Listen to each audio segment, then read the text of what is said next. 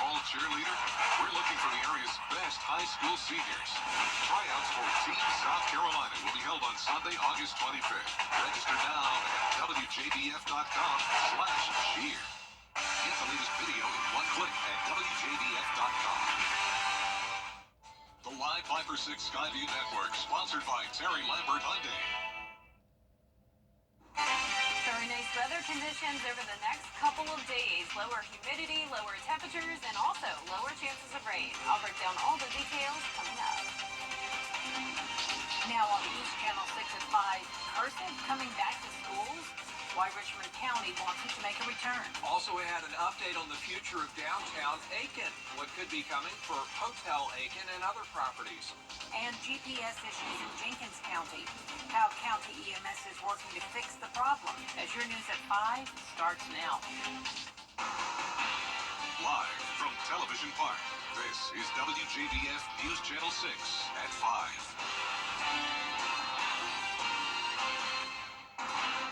Good evening, everybody. I'm Brad Means. And I'm Jenny Montgomery. Thank you so much for joining us. And we want to begin right off the bat with a first check of the weather. Let's check in with our chief meteorologist, Jenna Petracci. Well, it's looking pretty good outside today. Temperatures are definitely cooler, and we have little to no rain across the CSRA. Here's the latest on Live 5 for 6. Notice a few sprinkles across the area, starting down in Screven County, around Newington and Oliver. We have very, very light rain. All the way up towards the north into Aiken and Edgefield, we also have a light shower along Highway 25 and on the southeast side of Richmond County. Other than that, it's nice and dry and looking nice outside here on our Terry Lambert Hyundai Skyview Cam at Washington Road. Just a pretty cloudy evening. Temperatures are sitting in the upper 80s, and we're even seeing some low 80s. Only 84 in Aiken, 85 in Sylvania, Thompson and Avenger at 87, 84 as well in Barnwell, Wrightsville at 87, 85 in Waynesboro, and 88 in Sandersville. Heat index is not a big issue today. We do have some lower humidity with heat index values anywhere from around the upper 80s to low 90s. Feeling the hottest in Louisville at that triple-digit mark.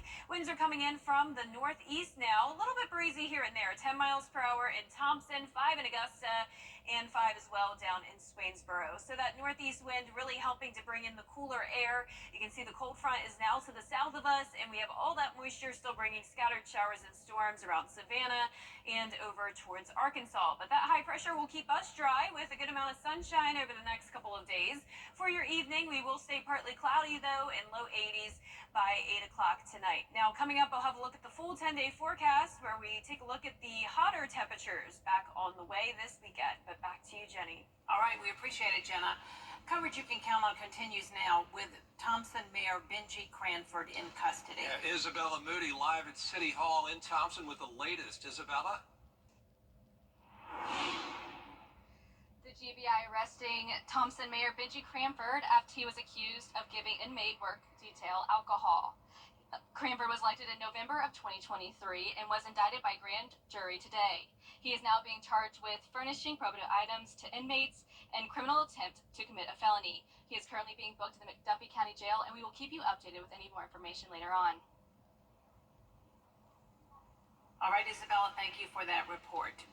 Richmond County now, where the school board is proposing new guidelines to teach cursive handwriting to elementary students. Graham Lee joining us live now from the Richmond County Board of Education. And Graham, for those viewers who know what cursive writing is, we can tell you this would be an extension of what schools in Richmond County really are already doing. Well, Brad, Denny, there have been discussions also on the national level to bring cursive writing back to the classroom, but school leaders tell me the idea is to introduce that concept to elementary students at an earlier age than they are now. What we've done is basically added to it and made it a longer process. So instead of it just being a 4th and 5th grade technique, it's now a 3rd, 4th, and 5th grade. The proposed guidelines were discussed at last night's school board meeting as part of the new Georgia K-12 English Language Arts Standards. School Board Chair Charlie Walker says the idea is to enhance the process of learning what he calls a lost art. So the 3rd grade is, basically forming the letters, understanding the connectivity, recognizing them. As you move into fourth grade, it becomes more of a connectivity thing. Can you spell words? Can you make sentences? Can you read those? And then in fifth grade, it's a little bit more expanded, a little bit more advanced, whereas you're able to, hopefully to some proficiency, right, in cursive, but also be able to read and understand what's trying to be communicated. So it's a general progression through those 3 grades. Students in South Carolina learn cursive starting in 5th grade. But earlier this year, 2 bills were introduced from the House and Senate that would aim to teach cursive as early as the 2nd grade. By following a similar path here in Richmond County, Walker says this could lead to higher academic achievement. But I would also hope that it would knock down any obstacles that might come somebody's way in the future. You know, if you're presented with something and it's not a skill set that you have, then that becomes an obstacle. So if we can erase that obstacle, or at least try our best to erase that obstacle, it only gives somebody more of a chance to succeed. So Walker tells me that school board members were pretty happy with what they saw last night based on that presentation at last night's school board meeting. Of course, these are proposed guidelines they've not put in place yet, but once they do gain approval by the administration, the guidelines will be put in place for the 2025-26 school year. For now, live in Augusta, Graham Lee, WJBF, News Channel 6. Graham, thank you. Midland Valley parents speaking up at the Aiken County School Board meeting to support former head football coach Earl Chapman. Chapman was charged with DUI and domestic violence in recent months. The domestic violence charges were dropped 3 weeks ago. Last week, the school district confirmed that Chapman would remain as a teacher at Midland Valley but would step down as coach. Assistant coach Brent Dorn is taking over the program for the fall season, but Chapman's attorney says supporters are working to get his job back. Now, Coach Dorn's a fine, upstanding young man, no problem with that. But it's Coach Chapman's position, and he's the one that generated the atmosphere and the success at Midland Valley. And why should they take it away from him now? Because he's done nothing wrong. The Mustangs' first game is in 10 days at home against J.L. Mann. Oh, big news for Hotel Aiken, a marketing firm releasing new details on that hotel and 5 other downtown properties. Our Aiken Bureau Chief Sean Cabbage-Stalk live at Hotel Aiken with the story. Sean? Hey there, it's good to be with you. As I told you back in April, the city hiring Colliers to market Hotel Aiken as well as other properties. The firm recently releasing new documents for potential developers. They're highlighting these sites as prime for investment and new opportunities. So I think it's a wonderful opportunity for someone out there. The plan could bring significant changes to downtown Aiken with new businesses and more jobs. It will be better than it is now. It'll be vibrant, and that certainly will lend and lead to higher property values. The brochure covers Hotel Aiken's investment potential, property details, and its history. The 125-year-old building could be turned into a boutique hotel, bringing in more foot traffic and energy. The Holly House could become apartments or condos. The council, I'm sure, will ask a lot of pointed and germane questions related to that. And any plans will need to be approved by our design review board. The brochure features a picture highlighting nearby attractions, including the Amentum Center for Performing Arts, the Alley, and several downtown restaurants. Ample sidewalks, wide sidewalks. It lends itself to pedestrian walkability. Alley, I think, will be very attractive for potential investors and developers. Leaders say new development could boost local infrastructure, create vibrant public spaces, and boost the economy. Can be a potentially profitable project for someone that takes advantage of abandoned building and historic tax credits. Short-term disruptions to local businesses are expected during redevelopment, but long-term benefits are anticipated. And back here live, now there's no timeline for the property sales, but city leaders told me they expect significant movement within the next 6 months. They'll keep us posted as those proposals come in. For now, live in Aiken, I'm Aiken Bureau Chief Sean Cabbage-Stalk, WJBF News Channel 6. Georgia Secretary of State Brad Raffensperger making a stop at the Columbia County Sheriff's Office today. Hannah Latier joins us now live in the studio with more. Hannah? Jenny Raffensperger's office is increasing teamwork and strengthening security measures ahead of the November election. He oversaw a security exercise for local election officials and law enforcement to collaborate on. The goal is to get them to work together more. Other speakers addressed preventing election process threats and illegal voting. Raffensperger making several stops across the state to prepare poll workers for elections to come. We've been doing these regional tabletop exercises. It's really about election security. So we've been doing cybersecurity, physical security, and just making sure everyone understands that Georgia will have a safe, secure, accurate election coming up here in November. And Raffensperger will also be heading to Greene County and Morgan County today. We'll hear more from him and other election leaders at 6. Brad? Hannah, thanks. While most roads lead you to your destination, some roads in Jenkins County really lead to nowhere, at least according to some mapping systems. Bria Smith rode along with EMA leaders who showed her where the streets get tangled up. In most cases, an EMS call is crucial for patients, but according to Jenkins County EMA, roads and addresses on the federal GPS system are outdated. They say this can mean the difference between life and death. Several roads are either non-existent or improperly labeled as an already existing address. They say these issues have been going on for the past 17 years. It's a problem local EMA directors are asking be addressed statewide, as mapping inadequacies are not unique to Jenkins County alone. He was our EMA director. He's requested multiple times in previous years to have these maps updated, and it's just basically falling on deaf ears. We've got a lot of things. DOT even conflicts himself. They've got one sign, as I showed you on the map, saying here's Mulkey Road, but yet when you get there, there is no Mulkey Road. It's only Harvey Street. EMA directors continue to push for an updated GPS service by the DOT sooner rather than later. In Millen, Bria Smith, WJBF, News Channel 6. Still ahead on News Channel 6, trapped in outer space. We'll have an update on the 2 astronauts stuck on board the International Space Station after the break. And clouds across the CSRA this evening with a couple stray showers around. Overall, though, those chances of rain are going down, along with the temperatures and humidity also decreasing. I will have more details on the forecast coming up. The cloud. Still ahead, a big grant for the Salvation Army of Augusta. Money that is going to be a huge help, that's for sure. We'll tell you about it after the forecast from Jenna. Weather headlines on WJBF News Channel 6. Brought to you by Hickson Roofing. If your roof needs fixing, call Mr. Hickson.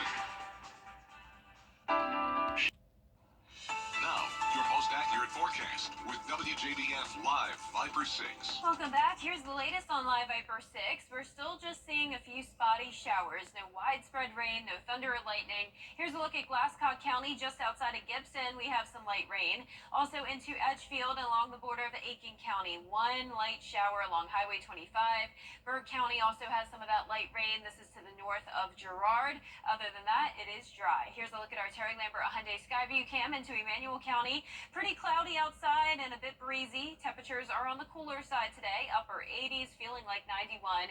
Dew points are in the upper 60s to around 70 degrees. Mid to upper 80s for the most part. Definitely a cooler day for the month of August. We have a northeast wind coming in, bringing in the cooler air and the lower humidity. You can see a dew point of only 60 in Atlanta compared to those low 70s still in southern Georgia, and even a dew point of 77 in Brunswick. So a lot of moisture still down in southern Georgia.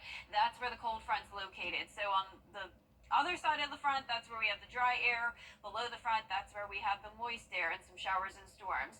Mostly sunny skies tomorrow, so the clouds will start to clear. Temperatures starting out in the upper 60s for your Thursday, climbing into the upper 80s to around 90 degrees.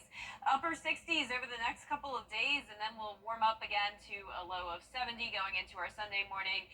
But still, even some upper 60s into next week. So it's going to be a below average next couple of weeks even, with dew points also on the tolerable side. So they're going to be hovering around the upper 60s to low 70s. So still muggy, but combined with the lower temperatures, really not feeling too bad. High of 92 both Saturday and Sunday. A very consistent weekend, and not a complete washout, but around a 30% chance of a few showers and storms.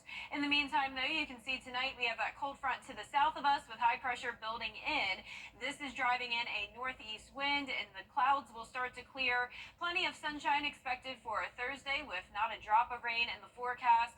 By Friday morning, a little bit more cloud cover here and there, but overall pretty much dry with showers and storms to the west of us. So we will have more moisture building in Friday night into Saturday. So that's why we have that chance of rain over the weekend. As for Hurricane Ernesto, this just became a hurricane today. It unfortunately caused a lot of impacts across Puerto Rico and is now headed towards Bermuda, and it will be strengthening as it moves over the warm water of the Atlantic Ocean, possibly all the way going up to Category 3, major hurricane strength, but then back to a Category 2 by the time it makes it to Bermuda, and then still a Category 1 hurricane all the way up in Nova Scotia. So a long-lived storm there. Our lows tonight will be in the upper 60s to low 70s, and our highs tomorrow will be in the upper 80s to around 90 degrees.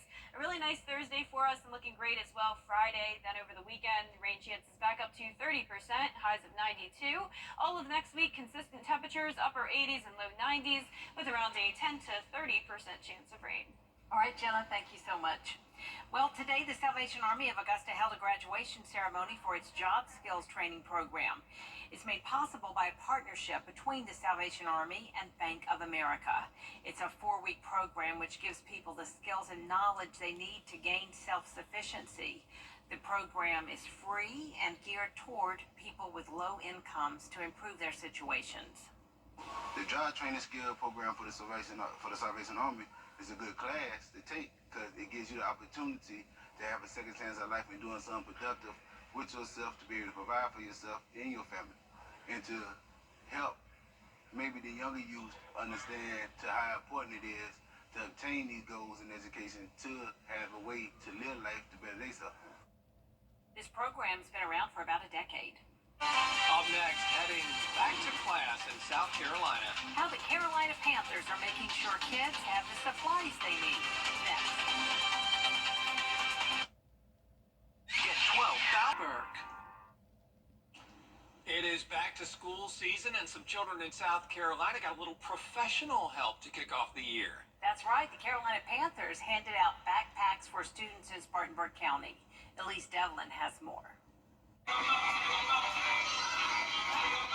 Tiger River Elementary students kicked off their first week back at school with a little help from the Carolina Panthers. We told them we had something special for them on Wednesday. We didn't really tell them it was a pep rally. They knew there was something special going to happen. And as they began to get together, they're like, they all got these shirts this morning. They were laid on their desk when they got to school. That was a surprise. And they were like, what do we put these in? Everybody said, put these on. We're going to a special party. I like the cheerleaders and all that. It was really fun.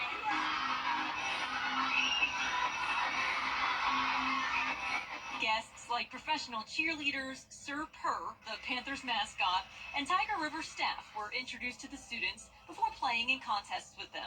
It's especially meaningful for us today to be here in Spartanburg. I mean, obviously, Spartanburg is family. Spartanburg will always be part of the Panthers family. While training camp is happening in Charlotte, the relationships that we have with Spartanburg and how we're going to continue to pour back into the Spartanburg community will never wane. The event focused on awarding students for their reading and exercise goals, something Tiger River hopes to continue to do this upcoming school year. We have common goals here. We want every kid to be who they are. We meet a child where they are. That's what they were explaining today. You don't have to be the best reader.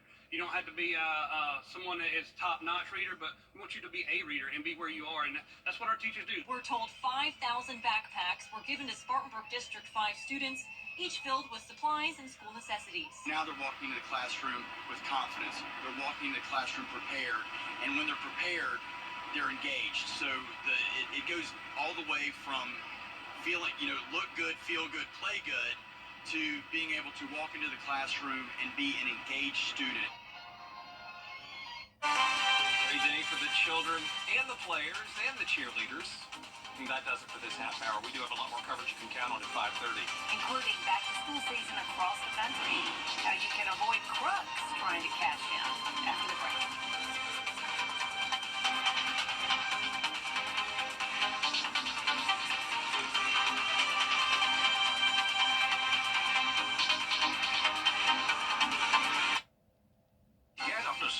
off